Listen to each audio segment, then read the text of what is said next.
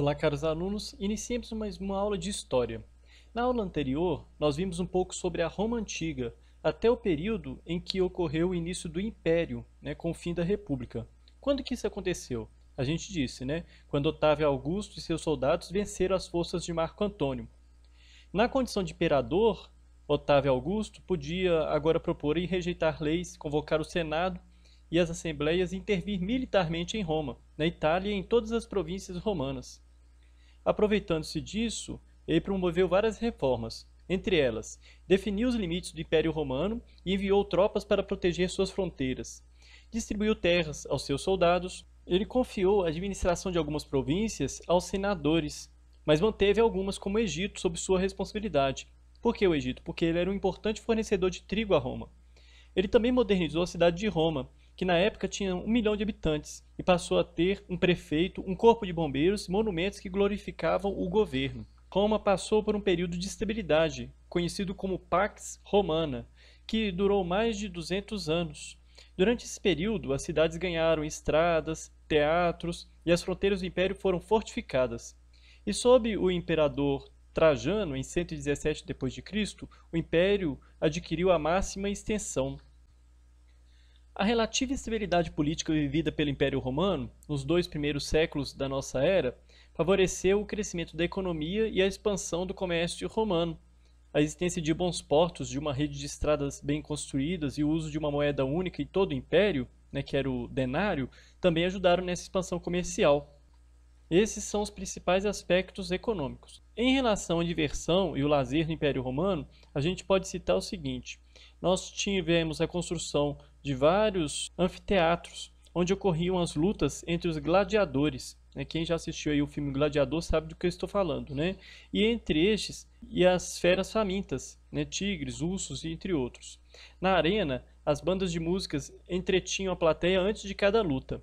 Uma vez anunciados, os gladiadores entravam armados de capacetes, lanças, escudos, espadas, redes e garfos, lutavam até que um deles tombasse. O perdedor tirava o capacete e oferecia o pescoço ao vencedor. Nesse momento, o público decidia. Os polegares para cima indicavam que o perdedor deveria continuar vivo. Os polegares para baixo significavam que ele deveria ser executado. Os espetáculos eram financiados por políticos e gratuitos para todo o público. Entre os grandes anfiteatros romanos, o mais famoso era o Coliseu de Roma, inaugurado em 80 anos depois de Cristo. Até hoje a gente tem as ruínas do Coliseu. Nos circos realizavam-se as corridas com carros puxados por cavalos, havia carros puxados por 2 cavalos, as bigas, entre outros eram puxados por 4, quadrigas.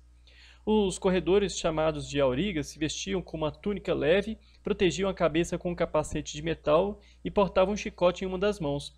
As corridas eram patrocinadas pelo governo romano e a entrada era gratuita também. Os corredores eram em sua maioria escravos, mas havia também homens livres que ganhavam somas fabulosas. O risco de morrer era muito grande e o perigo era maior na ultrapassagem nas curvas. Os espetáculos eles começavam pela manhã, se prolongavam pelo resto do dia, as pessoas levavam comida, bebida de casa para consumir no local e haviam várias torcidas, eram divididas em cores, verde, azul, branco e vermelho. Havia policiamento, mas a rivalidade entre as torcidas quase sempre terminava em pancadaria. E qual era o objetivo desses espetáculos? Era exatamente diminuir a revolta da plebe e mantê-la sob controle. Os espetáculos eram seguidos pela distribuição de pão e trigo. Por isso também essa política é chamada de política de pão e circo. O governo romano ele queria com isso distrair a plebe.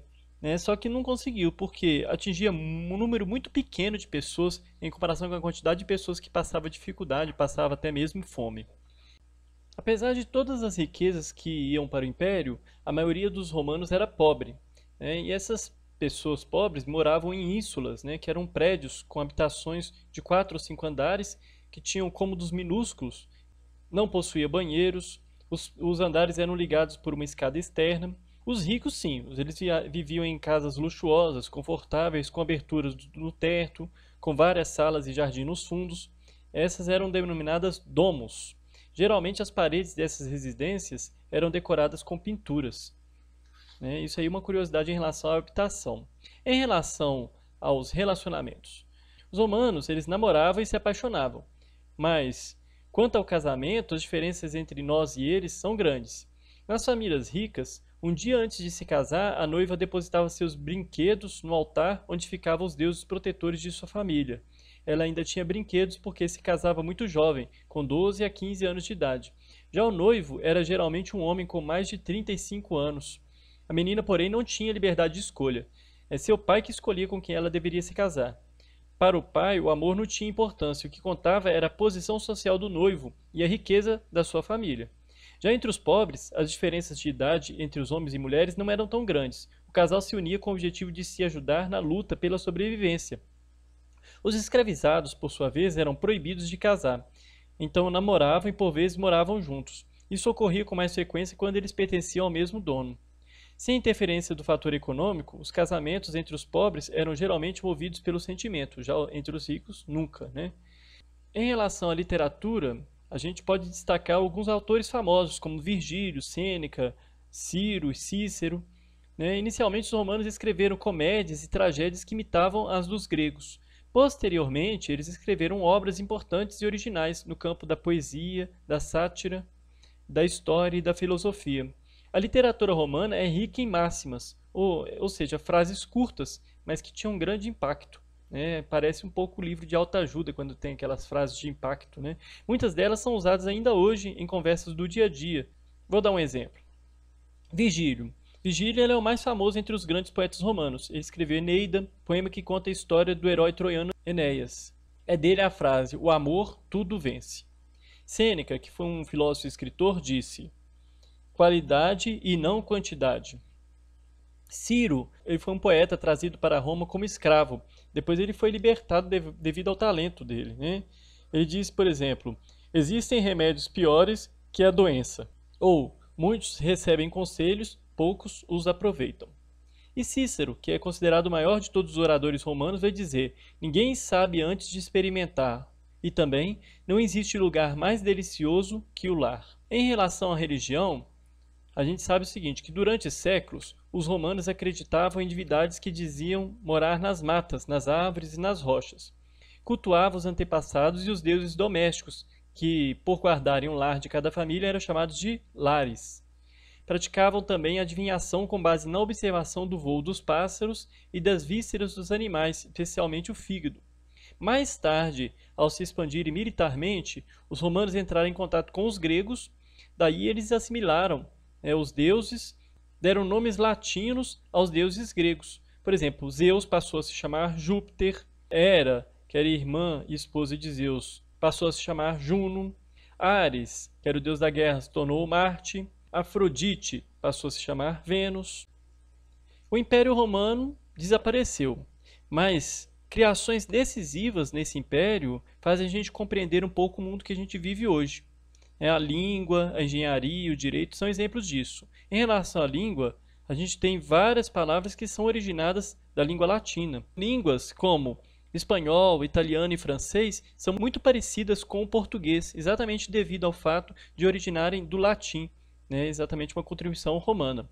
Em relação à engenharia, no campo da construção, os romanos desenvolveram importantes técnicas e conhecimentos. Alguns dos melhores exemplos da engenharia romana são as casas de banho, termas, suas estradas e os seus aquedutos, canais que serviam de transporte de água. Os aquedutos são canais que servem ao transporte de água que, após ter sido recolhida em nascentes e poços, era levada até as cidades.